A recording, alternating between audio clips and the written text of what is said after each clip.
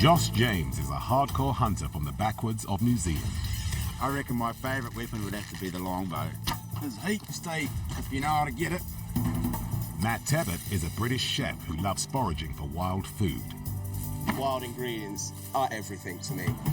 Now the hunter and the chef have come together with one aim: to survive in the wildest places on Earth. That's amazing. Well done, man. And prove they can still eat like kings.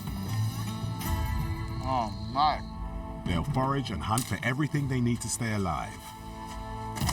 Wow, look at that. And to really test themselves, they're taking only basic kit. This is about me pitting my wits against nature.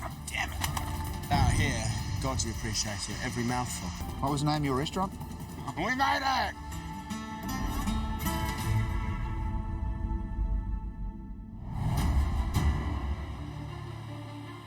Pulau Tiga, off the coast of Malaysia. A remote tropical island covered in dense jungle, surrounded by reefs. Kiwi hunter Josh James and British chef Matt Tebbett have asked to be dropped here to survive alone. A bit choppy, isn't it? It's not the smoothest ride I've ever had. When I was a little kid, I used to read Robinson Crusoe, and I always imagined myself getting shipwrecked on an island. Now that I've got my man Friday, which is of course Matt, and we get to choose anywhere in the world to go, I chose the desert island. Matt and Josh are determined to prove that they can not just survive, but make great food out of what this island has to offer. Forager Matt will have to search the jungle for edible palms, leaves, and fruits.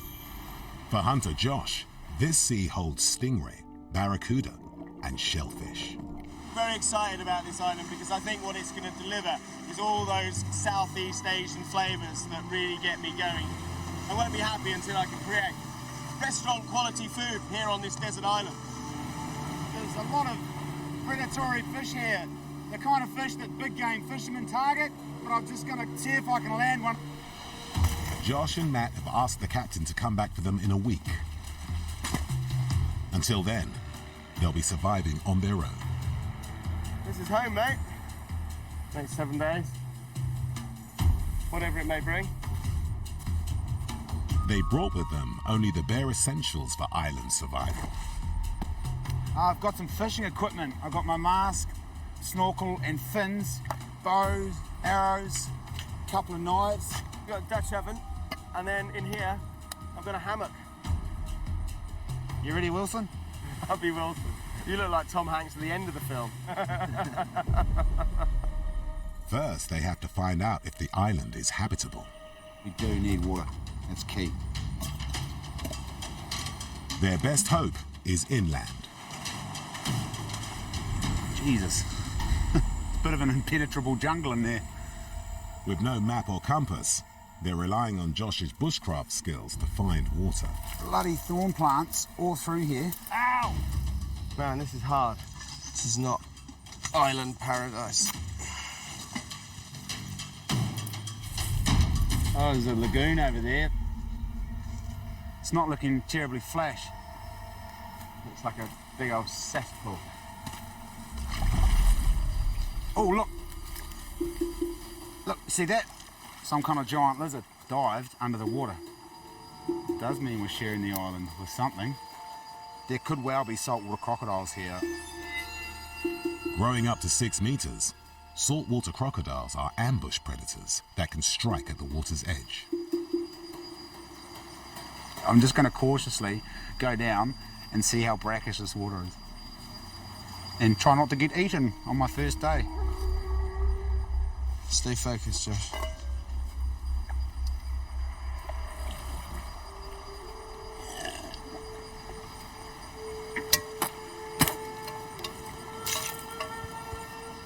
So that's still really salty. This is not okay to drink because it's right at the high tide line, so whenever there's storms, the seawater's just going to wash over here and straight into this lagoon. So we're just going to walk around the edge, and hopefully there's a creek that feeds into here, and there should be some fresh water.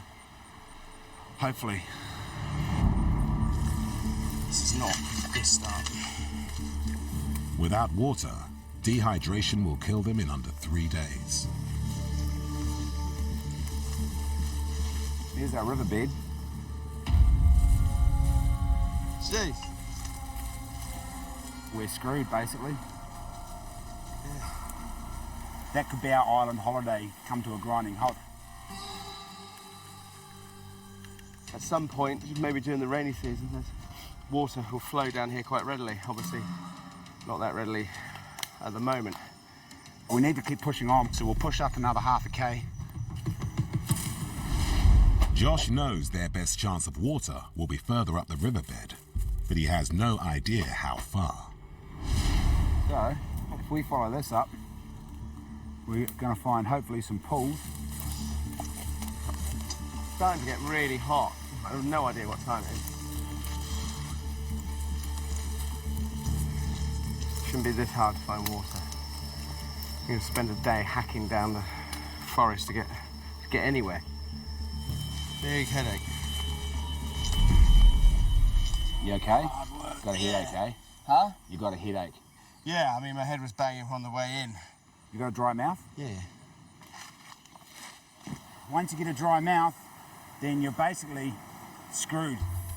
Sunstroke kills people, so it's not to be trifled with. Okay. I need to get this water. I need to get it fast. Headaches and exhaustion are early signs of dehydration. They urgently need water. Josh has 15 years of survival experience and knows just where to look. A liana vine. What does that mean? You can get water from these things. Ah. Sure that's... Yeah, well, it's got a smooth bark and the liquid's clear. Ah, uh-huh. Now it's dried up.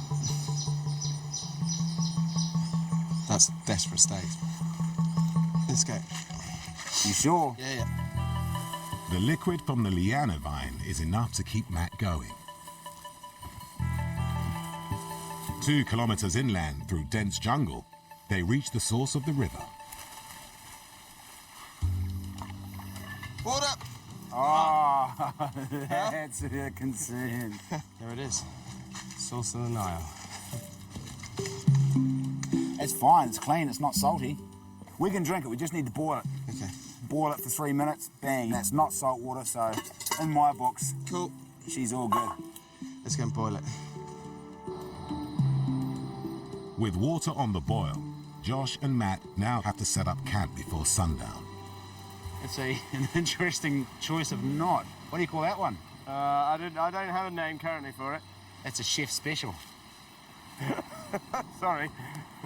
I'm wishing I'd been a Boy Scout. That's good.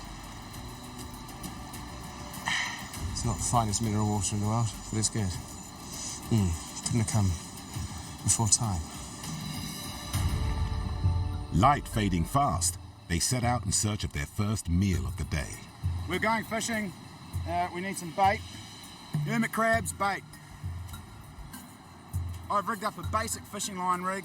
I've just got a sinker on the very bottom. Need to grab one of these hermit crabs out. It's too late to... But Josh believes there could be fish to be had from the beach.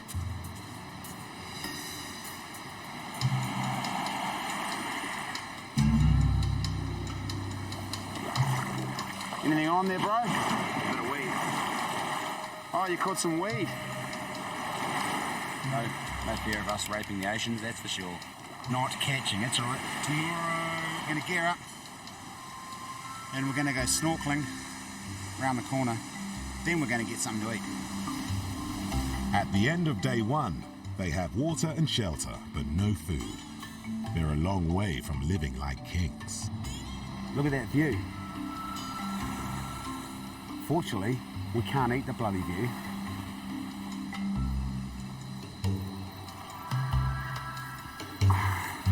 There's hermit crabs everywhere. Not good bait. Ow! Jesus, I don't know if you saw that. That bloody hermit crab nipped me on the foot. Unbelievable. He's got to go.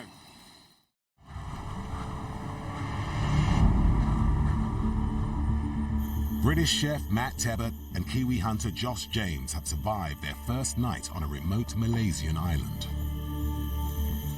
They're determined to prove they can find and cook fantastic food with only basic equipment. But so far, they've caught nothing. Are you ready to go get something to eat? Yeah. Josh is used to fishing off New Zealand's Pacific coast. First light, he's ready to go. I'm quite excited to get into where the goodies are. I really love free diving and hunting in the ocean. Great, it really is. You don't know what's out there in the wild blue. Could be bountiful, hoping for good food, like lobster.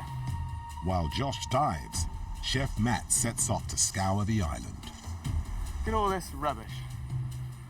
Just chucked off ships or just washed around the world. It's just a shame it all ends up on these beautiful beaches. There's a big old basket up there. I mean, that could be a fish trap. So we might as well utilise it if it's here. So Josh is currently underwater somewhere over there. Chances are we're going to get something. I'm confident. He's very good at his thing. So I'm confident at some point we're going to get fish. I'm off back into the unknown back here, back into the jungle. Chef Matt is an expert forager who often serves wild ingredients in his restaurant. What you won't find is anything fruiting under enormous trees like this, because this tree will cast a shadow in which nothing else will grow. So what I'm looking for is pools of light. So we really need to sort of home in and focus. It's a bit like hunting, isn't it?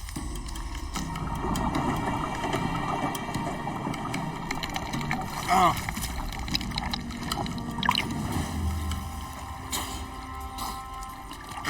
Oh, that was stink as.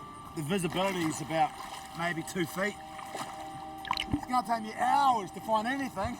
I haven't seen any bloody fish.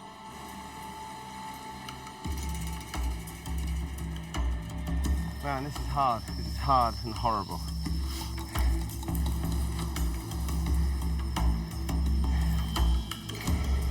I think we'll go back to the beach, take stock. I've been under there for a couple of hours and there's just nothing down there. There's no fish down there, there's no crustaceans, no crayfish, no crabs. There's nothing.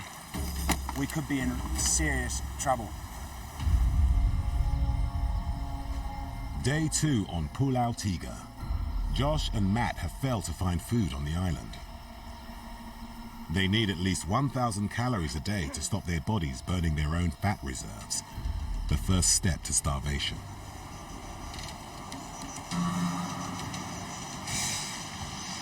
Fresh coconut. I can't see any big trees. So perhaps these are getting washed up. Coconuts can survive intact for months at sea. These ones have washed ashore from another island. Oh, there you go. What's that? Water. Coconut water, but water nonetheless. So that's good. Good source of water and good source of food. Each coconut contains over 1,500 calories, a vital source of energy. Hallelujah! Coconuts, that's good. Where'd you go? What's that face for? There's nothing. No fish. Nah, I didn't see any big fish, any parrotfish. It's like a bloody desert out there. It's unbelievable. I got some laundry baskets. There's nothing. We have to get You've got 2 laundry baskets here. Okay. This is not the island paradise I expected it to be. I'm not very happy at all, but I'm bloody hungry. We can eat 4 coconuts each a day, that's it. What happens after that? You get the shits. Coconuts are only a short-term fix. Eating too many will cause diarrhea and dehydration. Just need to find some meat and fish. You could eat hermit crabs, I wonder what they taste like. Hermit crab and coconut soup.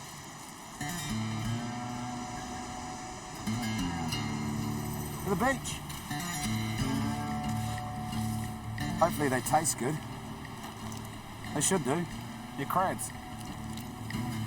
Hermit crabs are scavengers who live on rotting fruit, decaying fish, and even feces. Beautiful! While Matt preps the hermit crabs, he gets Josh to make coconut cream, a classic Southeast Asian ingredient. So you need a tree or some kind of spike. I like big knives. We need to get to the cocoa nut. It's inside the husk. Now it's got a little face on it, see that? So what we're going to do, we're going to crack them right on the forehead. Just scrape as much of this coconut out as we can. Dip in a little bit of warm water. Squeeze all the goodness out. It's the breast milk of the forest.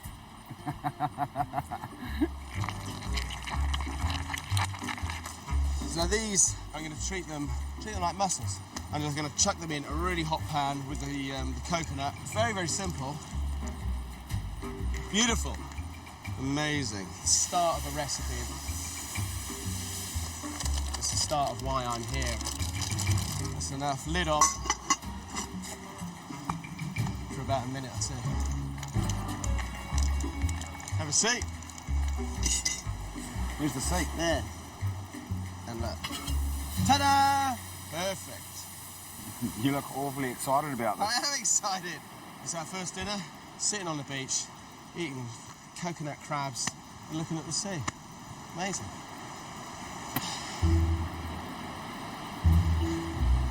What? Oh, I'm guessing you haven't tasted one yet. No. What's wrong?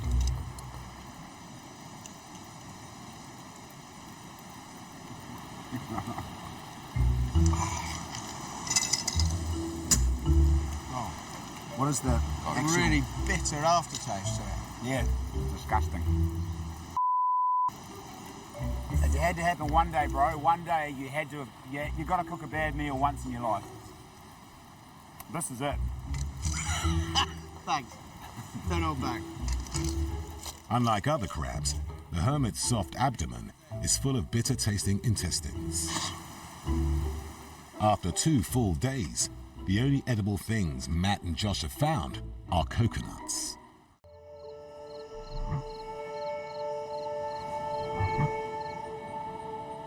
Christ, in all the movies you see with desert islands, there's always fruit trees and it's paradise, but here there's nothing. Their dilemma has got Josh thinking about their next move.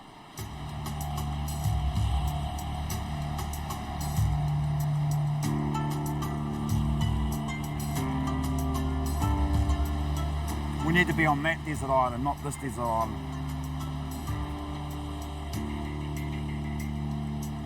You see it where the dark water is out there? Yeah. That's obviously a reef of some sort. I do a lot of underwater hunting with a spear gun.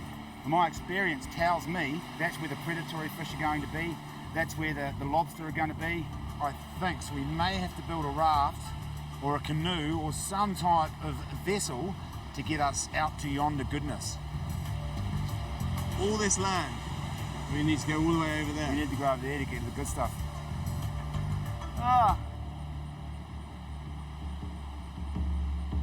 Josh believes the darker waters 3 kilometers offshore indicate reefs, which should be richer in fish. In the middle is a sand spit, much smaller than Pulau Tiga. The plan is, if we paddle straight out in the morning when there's no wind, on the way back we can pretty much just hang out and blow back across. We'll get blown into the ocean. Or get blown in the ocean, either way. It's a win-win, I see. How is that a win-win? Oh, at least we'll be out there with his fish, not in here with his no fish. So we've got a plan. We've got a dangerous plan. We've got a plan. Yeah? I mean, I have no knowledge of rafts at all. What we're going to do is make a cataract. Right. What we're looking for is bits of bamboo that don't have big splits. Splits pretty sweet, straight, no cracks. That's what we're after. Sweet. All right. Let's make a raft. heaps of bamboo. Bamboo's not actually growing on the island, but it's washing up on these beaches from other surrounding islands. It's really good for us. Bamboo's hollow structure makes it float, ideal for raft building. And Josh also makes use of the rubbish that lines the coast. One man's trash is another man's treasure. Is that a hammock?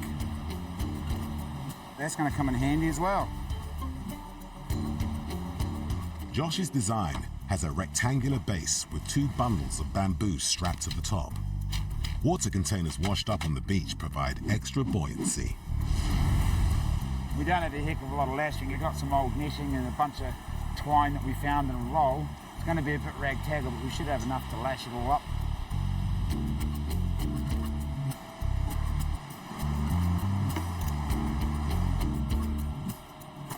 After 4 hours of hard labor and dozens of meters of bamboo, My bloody back is killing me. Beach yoga. their raft is beginning to take shape. I'd like to have some kind of platform in case the sharks turn up. Definitely a hazard out here, I think. She'll be right. Oh no, that's all right. It's pretty solid, isn't it? To finish the raft, they add a platform of bamboo and netting. 2 diagonals give stability and rigidity. We probably want to go 3 long on these, dude, I reckon, just in case they come undone. If they come undone, they're finished. This is the top of our platform. If they come undone, As long as we double wrap once we put the that's bottoms a long on. way, and chances are the current will blow us around the headland there. Dehydrating, strapped to a bit of bamboo. We could really screw up here. On a remote Malaysian island, Kiwi hunter Josh James and British chef Matt Tebbett are trying to prove they can eat like kings. But 3 days in, they're surviving on a diet of coconuts. Yeah, morning time, I like coconuts. End of the day, nah, not so good anymore. I don't know why that is. They lose their appeal pretty damn quickly. They still haven't caught any fish. We tried fishing from the beach last night, this morning, nothing. They're gambling on a homemade raft to get them to better fishing grounds 3 kilometers offshore. You reckon that water's gonna last us, bro? Got it. They're taking 4 liters of water, enough to last a whole day. Come on, let's go. Hey.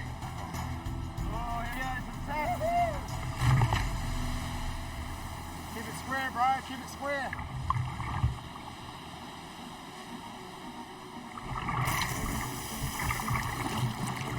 Right, man. It's pretty sweet. We're like pirates. We got a pirate joke. Can't tell it. Go on. It's R-rated.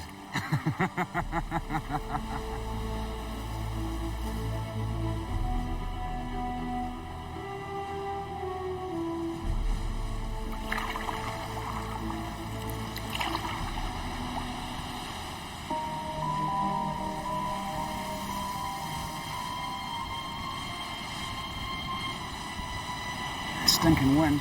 Come on, man. Paddle. I'm gonna be ready for a sleep. Almost there. Come on, bro. What time do you think it is? 1 o'clock. Stay focused, Matt.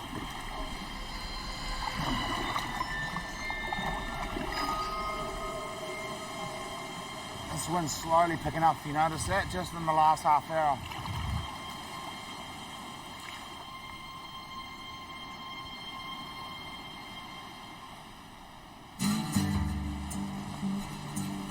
It's taken most of the day to get here, much longer than they expected.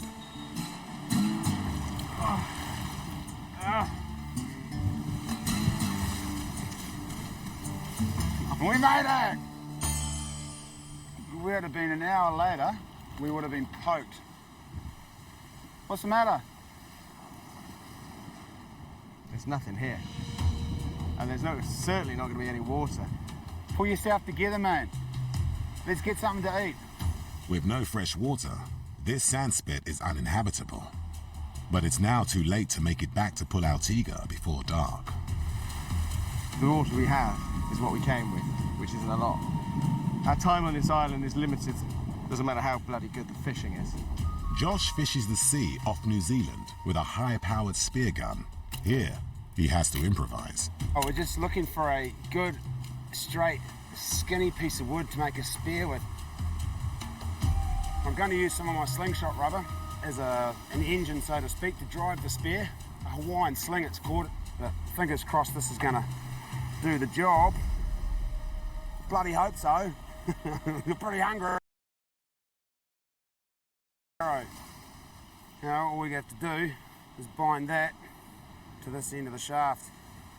Using this rubber, you stretch it up, hold onto it there, and then it just gives a little bit more thrust when you get close to the fish and jolts forward and catches them by surprise. It's pretty hard to spear a fish just by thrusting because they're so fast. As soon as you start thrusting, they'll take off and you completely miss a little. Into it.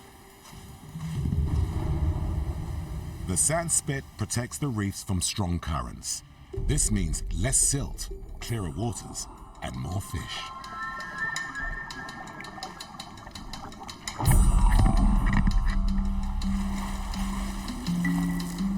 Josh is going after grouper, common on these reefs.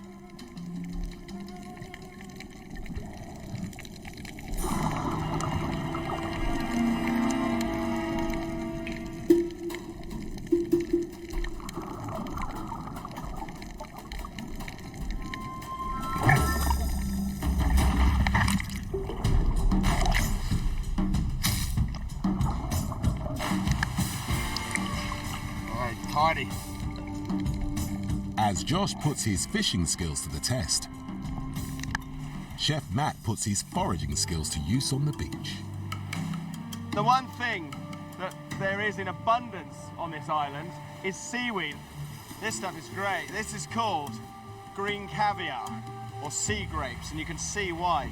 I mean, this alone will keep us going because it's packed full of nutrients, it's packed full of iron. You can eat it raw, and it gives the most beautiful kind of popping sensation in your mouth, just like caviar does, and that's what people pay a lot of money to experience, and here it is in the wild for free. With a fish in the bag, Josh looks for shellfish under the rocks. As a practiced free diver, he can stay underwater for up to 3 minutes. But after a diet of coconuts, energy levels are low.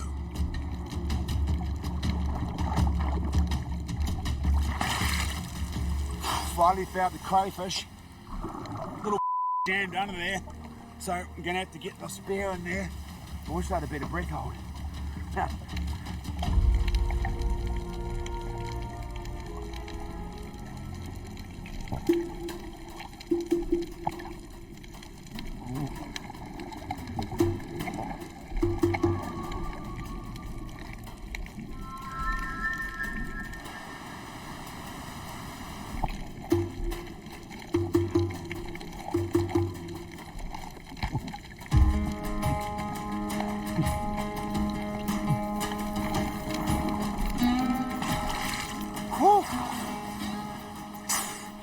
Here it is.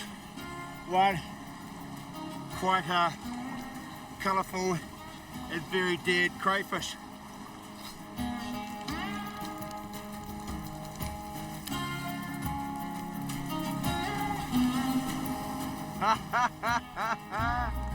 Oh my God. Good work. God, that's brilliant. Look at that row. Yeah, crazy, eh? Nice one. Good work, man. Good work. So it's worth coming over, huh? It was worth coming over, yeah. Go. I'll go cooking. After 4 days, Matt and Josh finally have the makings of a meal.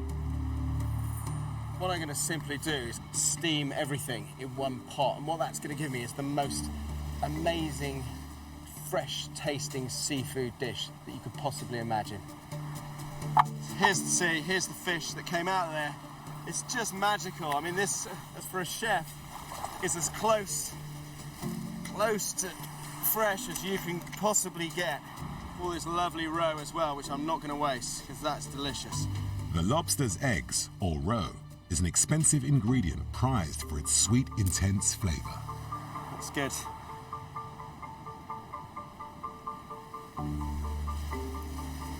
Here's my fresh seawater.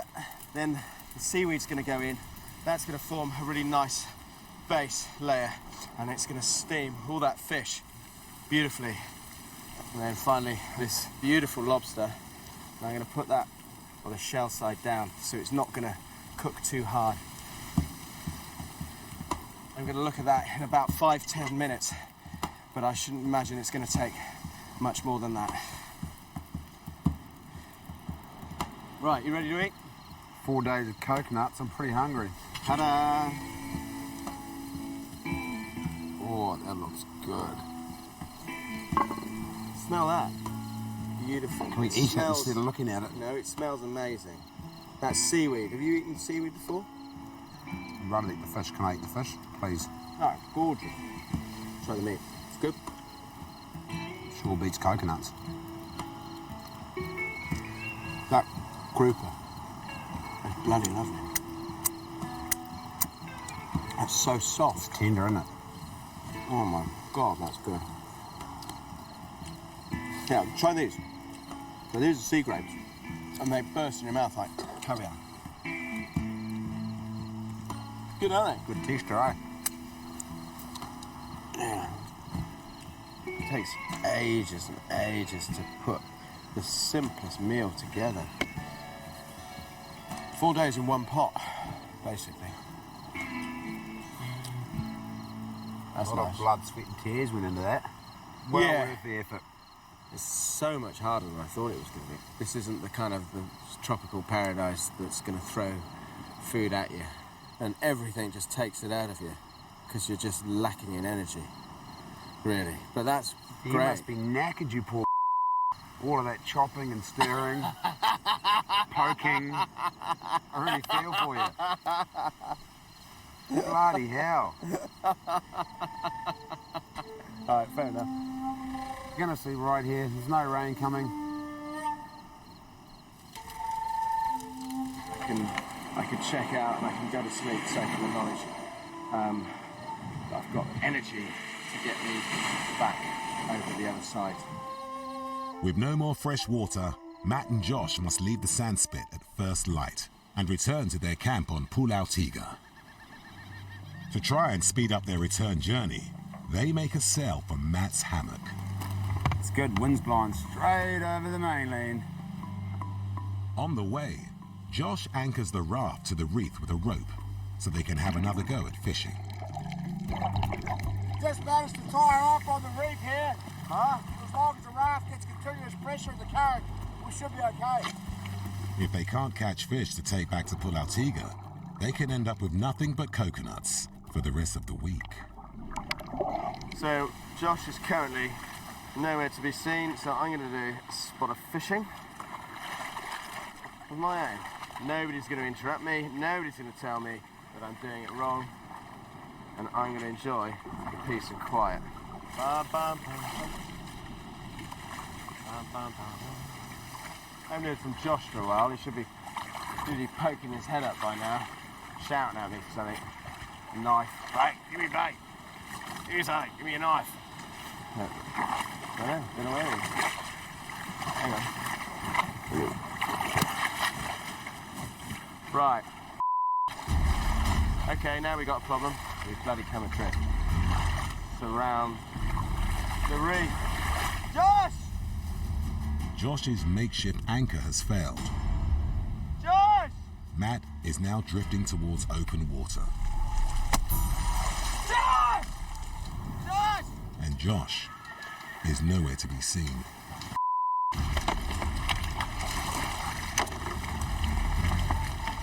Josh! Josh!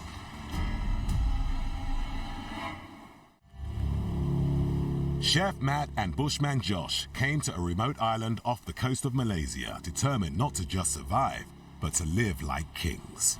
Josh! But on a fishing trip, their raft has come loose and Matt's now drifting. Out there, towards bloody Java. And Josh is nowhere to be seen. No water, on my own, on a broken raft.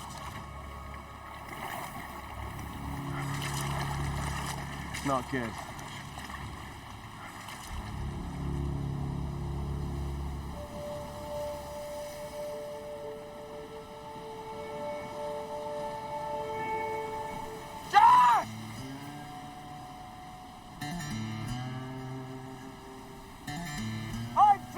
you idiot!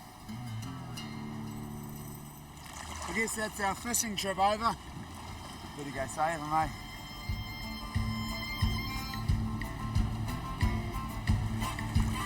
G'day, mate. I didn't think you were coming. You're having a lovely time. I was. I could hear you yelling and screaming. Yeah, well, I've nearly lost my bloody voice. Yeah, I figured I'd better come back for a wind's picked up quite quickly, eh? Look where we were this morning, bro. See it now. We were at the top of that island and now we're down the bottom of the bloody island. With no water left, they must get back to Pulau Tiga. Come on, paddle! Look, I'm the captain of this ship, okay? No, you're not. This is my ship. There's mutiny already.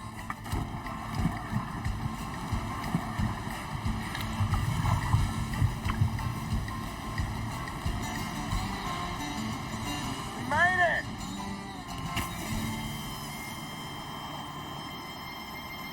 Nailed it. That was great. That was real adventure. I like that. That was good. Downside is now we're back here. We're going to eat for dinner. We've got coconuts. This is a bit This is rubbish. Although I don't want to eat this one. It's still got a face. Does that cheer you up? That was your Josh is drifting away face. It looks like you.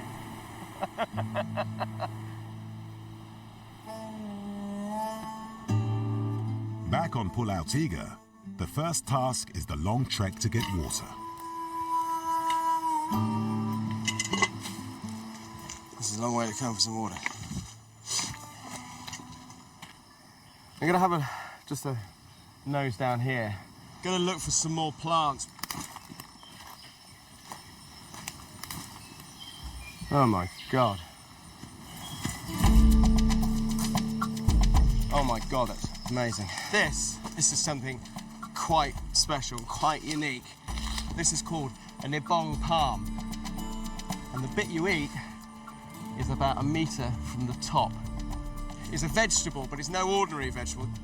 See, this would be up there with the very finest new season's white asparagus. This is really, really expensive. And the reason it's so expensive is because just look at it. Look at these spines. They're absolutely razor sharp. Not quite like picking your own at a local farm.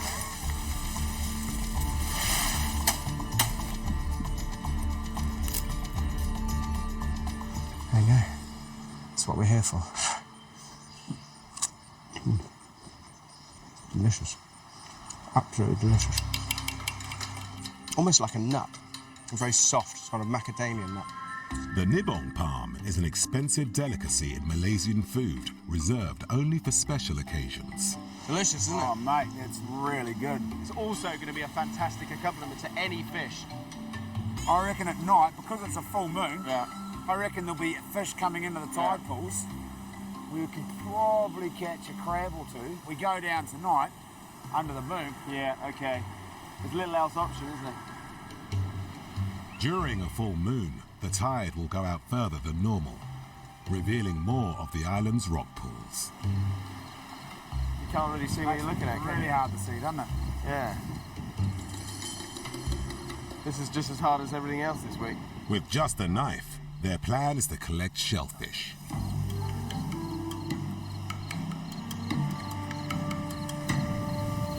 So this is our last-ditch attempt at finding some food on this island. Not much meat on that sucker, is there? Catch and release.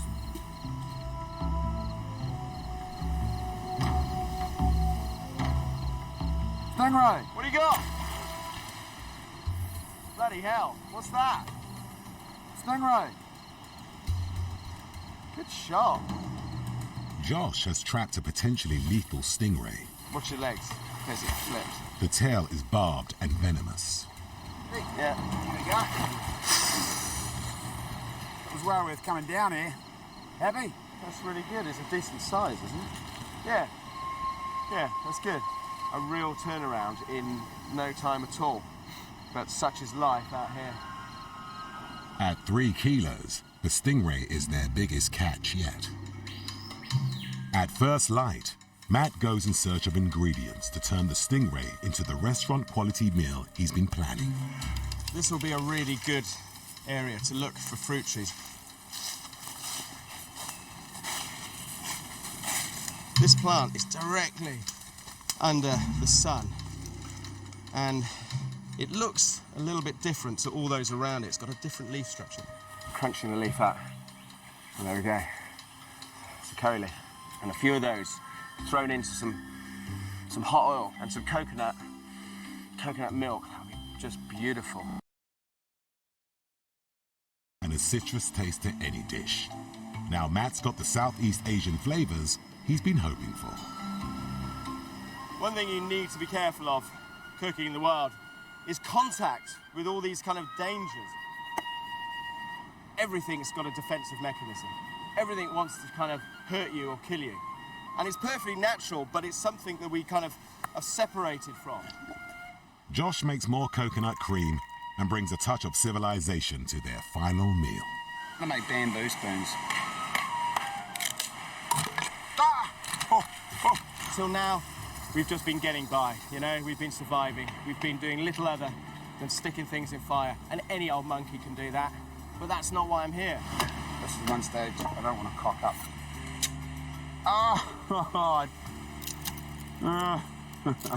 Take two. Sitting here on a beach to get away from all the nonsense of Michelin stars, inspectors, and all that crap. It's really liberating. Better go back and see what Matt's up to. He farts around in the kitchen, that fella. For their final feast, Matt is serving Nivong palm and stingray coconut curry. Oh my God, that's good. That's so good. Those curry leaves, fragrant flavour. I mean, that is totally reminiscent of this area, and that is what I've been after all bloody week. Boom! Done. Yeah, the skate's good, the soup's good, everything's good. And the fish, a lot of flavour coming from that fish. I'm really bloody pleased. It's taken 7 days to do this. This was a hard location. Really hard. I think for me it's come together right at the end, and I'm going to go home quite happy and with a very sort of fond memory, but it took a lot of work getting there. I think that's our boat coming in. It is our boat. I recognise the colours. But we're alive, and we're getting out of here. Pretty tough week all up. The raft, that was a triumph. The raft, we're still floating out there. Adios. It's been beautiful.